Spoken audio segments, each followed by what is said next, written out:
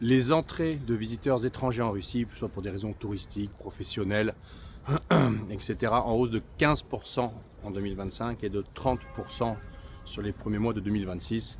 Il y a de plus en plus d'étrangers qui viennent en Russie. Et parmi ces étrangers, il y a un nombre croissant d'Européens. Et je vais vous expliquer dans cette vidéo pourquoi les gens qu'on accompagne choisissent de venir s'installer en Russie. Je suis Alexandre, le fondateur de la Ruspatriation. La Ruspatriation qui est un écosystème d'accompagnement pour les projets liés à la Russie, en Russie, les projets de vie et travail en Russie. Vous pouvez, pour en savoir plus, cliquer sur le lien de la Ruspatriation. Je mettrai dans le premier commentaire et le descriptif de cette vidéo. Et je vais vous expliquer quelles sont les motivations des gens qu'on accompagne, mais aussi des gens qu'on n'accompagne pas, il y en a quand même beaucoup, et qui viennent en Russie par d'autres moyens, par d'autres biais. Quelles sont les motivations communes à ces gens? Alors tout d'abord, il faut savoir que la Russie est un pays qui a beaucoup changé, qui a une mauvaise image bien sûr internationale, qui porte ce fardeau d'un problème d'image, mais c'est un pays qui a extrêmement changé au cours des dernières années. Le redressement de la Russie après l'effondrement de l'URSS a été très fort. Il y a eu une décennie difficile, les années 90, puis après l'arrivée de Poutine en 2000 et la nouvelle élite russe, on a eu un quart de siècle, de 2000 à 2025, 2026, de redressement structurel et fondamental sur tous les sujets. La Russie est devenue un pays aujourd'hui avec encore de grands écarts de diapason de mode et style de vie, tant sur le plan culturel, toutes les ethnies, tous les peuples, toutes les cultures, tous les climats sont en Russie, mais aussi des grands diapasons encore économiques avec des régions encore pauvres et des régions riches. Mais les régions pauvres ne vous concernent pas ou peu. Par contre, dans les régions médianes, moyennes, riches et riches, eh bien, vous allez découvrir une Russie moderne, développée, digitale, sûre, connectée, attachée aux traditions. En plein boom. Et donc, évidemment qu'il y a de plus en plus de gens qui s'intéressent, travaux dans le quartier, je sais pas, c'est pas. Et évidemment qu'il y a de plus en plus de gens qui s'intéressent à venir vivre en Russie. Je vais expliquer un petit peu les motivations. Là, je suis dans l'arrière-quartier Taganskaya, c'est vers Proletarskaya et en dessous Volgogradsky Prospect. C'est vraiment un quartier qui n'a rien de particulier. C'est un quartier purement résidentiel, mais un quartier parfaitement vivable, agréable. Vous voyez, regardez comme c'est vert. On est dans le centre de Moscou, dans le péricentre, mais vous voyez que c'est très vert. Alors, motivation qui pousse les Européens à venir ici. La première de toutes, je pense aujourd'hui, on va enlever le vecteur, on va dire, homme-femme, puisqu'il joue toujours en toile de fond sur le contingent masculin souvent, et on va dire qui arrive seul, c'est-à-dire qu'évidemment, le pouvoir d'attraction des femmes du monde russe, femmes russes, ukrainiennes, peu importe, des femmes slaves, et des femmes des autres ethnies russes, tatars, etc. Bon, il y a un grand vecteur d'attraction puisque c'est les plus belles femmes du monde et évidemment que beaucoup d'hommes ont un projet de vie avec une épouse, fonder un foyer avec une épouse du monde russe parce qu'elles sont plus belles, parce qu'elles ont énormément de qualité et parce que, évidemment, c'est des femmes qui vivent encore avec un modèle mental, on va dire un modèle mental et culturel traditionnel. Alors on va revenir sur ce sujet et je vais expliquer que c'est des traditions qui ne se placent pas au même niveau que les traditions européennes occidentales, mais malgré tout, il y a une culture de famille, de foyer, etc. Mais si on enlève ce vecteur homme-femme qui est un petit peu toujours là, on va peut-être passer par là. Les motivations, c'est quoi? La première, c'est le pouvoir d'achat. Parce que beaucoup de gens viennent en Russie, parce qu'ils, quand ils y viennent, en fait, ils s'aperçoivent que la vie est beaucoup moins chère. Je parle même à Moscou, la vie est beaucoup moins chère. Vous avez une aire de jeu là. Voilà. La vie est beaucoup moins chère. La vie est beaucoup plus sûre. La vie est beaucoup plus normale, normalisée, sereine, structurée. Le pouvoir public fonctionne, les trains sont à l'heure, il n'y a pas de grève, il n'y a pas d'agression dans les rues, il n'y a pas de racailles, il n'y a pas de violences ethniques, il n'y a pas d'attaque aux personnes âgées, pas de, on n'a pas de ces problèmes de viol, ça n'existe pas ici ça. Il y a une police forte qui répond, qui est là, qui est présente. Il y a un état-puissance. Donc, il y a un cadre de vie assez agréable dans ce sens-là. On se sent protégé quand on est citoyen ou résident de la Fédération de Russie. Et surtout, la vie est beaucoup moins chère. L'énergie coûte rien, la nourriture est beaucoup moins chère. La matière première, la nourriture est bien meilleure qu'en Europe, en tout cas dans beaucoup de pays d'Europe de l'Ouest. Il y a une culture de production locale, etc. Donc, on vient en Russie parce que la vie est beaucoup moins chère. On vit, entre guillemets, comme en Europe. Entre guillemets, ça reste un pays européen, la Russie c'est un BRICS européen, donc on y vit comme en Europe, mais avec un coût de vie beaucoup plus faible. Si on doit comparer par exemple avec la France, on peut imaginer qu'en moyenne, eh bien, il faut diviser les coûts de vie par 2 pour avoir les équivalents russes. Même Moscou, le logement reste cher, c'est une grande ville, mais globalement, le reste, le coût de la vie à Moscou est beaucoup plus faible qu'il n'est à Lyon par exemple. Alors vous êtes dans une ville de 13 millions d'habitants. Okay. Donc il y a un immeuble derrière.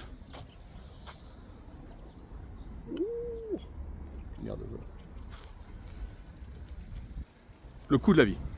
La puissance de votre pouvoir d'achat, que vous ayez des revenus générés en Europe, en roubles, une retraite, peu importe. Le pouvoir d'achat. Deuxième motivation principale qui anime les gens qui viennent, ce qu'on voit, c'est la sensation d'alternative. C'est-à-dire que partir au Vietnam, bon ben, c'est partir au Vietnam. Vous ne serez jamais vietnamien. Okay, vous le savez. Il faut aimer la bouffe vietnamienne, il faut aimer la langue, il faut aimer le bruit, il faut aimer la densité, ça grouille. Bon. C'est bien le Vietnam, mais enfin, voilà. Donc il y a toute cette, dimension en fait qui fait que la Russie reste en quelque sorte européen occidental dans la représentation qu'on en a et dans la vie de tous les jours. On est entouré de blancs chrétiens majoritairement. Et quand on est un blanc chrétien et qu'on se monte là-bas, ben on ne vous regarde pas comme ça parce que vous êtes un étranger. Ça change tout dans la vie de tous les jours. Vos enfants sont scolarisables et ils ne sont pas regardés comme ça, les autres enfants de la classe. C'est les seuls blancs. Donc il y a vraiment... Ah, j'avais oublié qu'il y avait des travaux. Je vais vous montrer. Et donc, il y a vraiment une dimension où on reste quelque part dans un ensemble culturel qui nous est proche, qui nous est compréhensible, qui nous est similaire. Le monde chrétien, le monde de l'hémisphère nord, chrétien, blanc entre guillemets, et donc c'est beaucoup plus facile pour une majorité d'Européens. Ça veut pas dire que la Russie c'est complètement l'Europe. Enfin, si on compare aux autres BRICS, vous voyez là c'est un nouveau complexe d'habitation qui est en train d'être construit. Ça c'est depuis que le maire s'est mis à attaquer la Russie. Ça. Je vais vous en montrer une, il y en a plusieurs. Celui-là derrière là. Ouh, il est bien sûr. Il est petit. Voilà. Donc, voilà, donc cette alternative. Ensuite, il y a une autre dimension. Je vais descendre le quai. En fait, ils sont en train de refaire tous les quais. Reconstruire tous les quais. Voilà, donc il y a une notion d'alternative. Les gens ressentent qu'on est en Europe, mais de l'autre côté du mur, cette fois-ci du bon côté. Et que eh ben, cette alternative, elle propose encore ce que proposait, on va dire, peut-être la France ou l'Europe avant, sur tout un tas de dimensions, de cadres de vie, de confort de vie, de relations avec les voisins, de sécurité dans la rue, de féminité des femmes, etc. Mais il y a le côté moderne. En fait, il y a le côté moderne avec la technologie, avec le service, avec les tramways sans chauffeur, avec les métros hyper rapides, avec les applications téléphoniques pour tout faire, la commande en ligne, etc. Donc il y a une sorte de société qui est encore un peu traditionnelle comme elle l'était en Europe avant, mais avec la modernité technologique. En fait, c'est le progrès techno sans le progrès social. C'est le progrès technologique et là, le conservatisme social et culturel et moral. Alors j'avance mais je sais pas trop, il y a de la boue dehors, j'essaie de passer. Je m'enfonce et que je tombe dans un trou géant. La fin des fruits. Donc voilà, donc ça c'est vraiment quelque chose. Il faut savoir qu'à Moscou, la capitale change tellement vite qu'il y a des travaux tout le temps. Ouais, je vais en sortir. Et donc tout est en permanence en travaux, ce qui est compliqué quand on achète un appartement parce que des fois on achète un appartement et après la mairie a prévu un plan gigantesque de retape complet du quartier. Alors quand c'est fini, bah, c'est génial parce que votre appartement il a pris 40%. Mais le temps que, on est dans la boue, les travaux, le bruit et la poussière.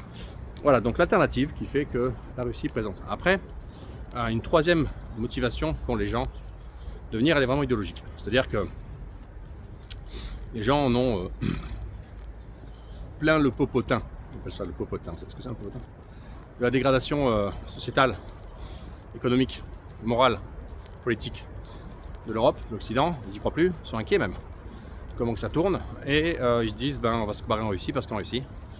Parce qu'en Russie, on estime qu'il y a d'espoir, on estime que la société est organisée de la façon dont nous on souhaite qu'elle soit organisée pour nous, nos femmes et nos enfants.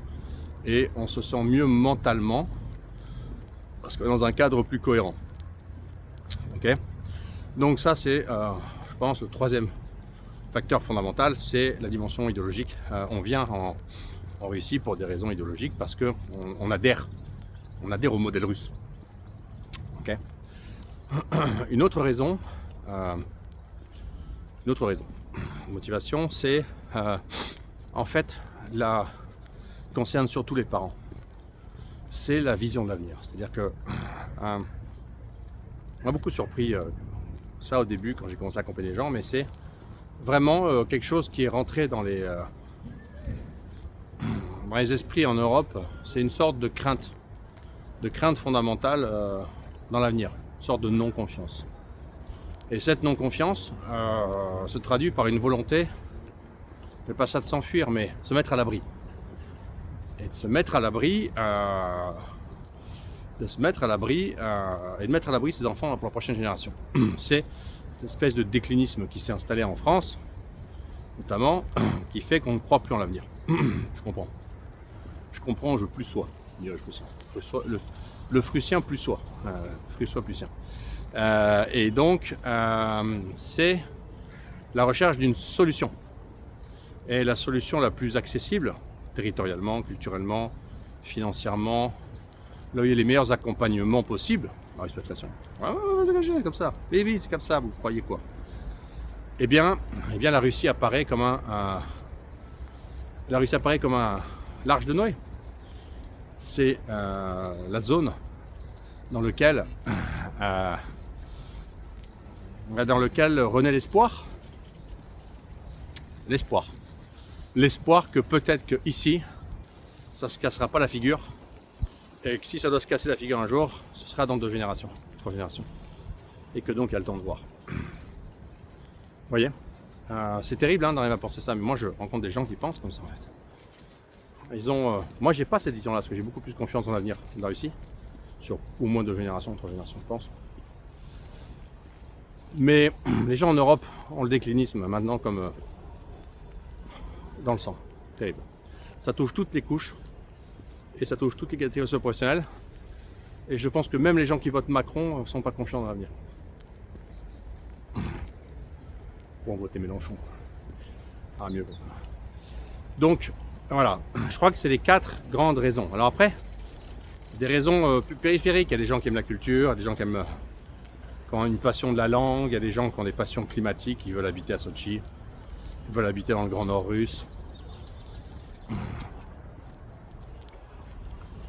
Je comprends, hein. Mais voilà, ça reste un peu plus minoritaire. C'est-à-dire que c'est pas les cas majeurs. Voilà, c'était un peu tout pour aujourd'hui. Sachez que le flux de gens entrants augmente et le flux de gens qui est dans l'expatriation aussi augmente. On a toujours des profils absolument incroyables qui viennent. C'est vraiment c'est fascinant tout ce qui se passe actuellement. Franchement, je pense qu'on vit une époque incroyable, une époque de bouleversement, une époque de changement, une époque de... C'est presque une époque révolutionnaire, structurellement, mentalement. C'est une époque de migration géopolitique, c'est une époque de migration culturelle. C'est plus une migration sûrement économique, avec des gens qui partent parce qu'il n'y a plus à manger. Non, c'est une migration complètement...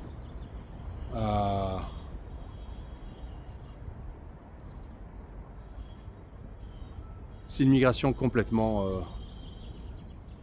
mentale, morale, spirituelle. C'est une migration civilisationnelle, c'est une migration anthropologique. En fait, on fait face à une migration anthropologique. L'Europe a subi une migration économique. Maintenant, les Européens migrent pour des raisons anthropologiques. C'est quelque chose de nouveau et je vais reparler de ça bientôt. Si cette vidéo vous a intéressé, abonnez-vous à ma chaîne YouTube, consultez le site de la Ruspatriation dans le premier commentaire et le descriptif. Et moi, je vous dis à très bientôt sur ma chaîne YouTube.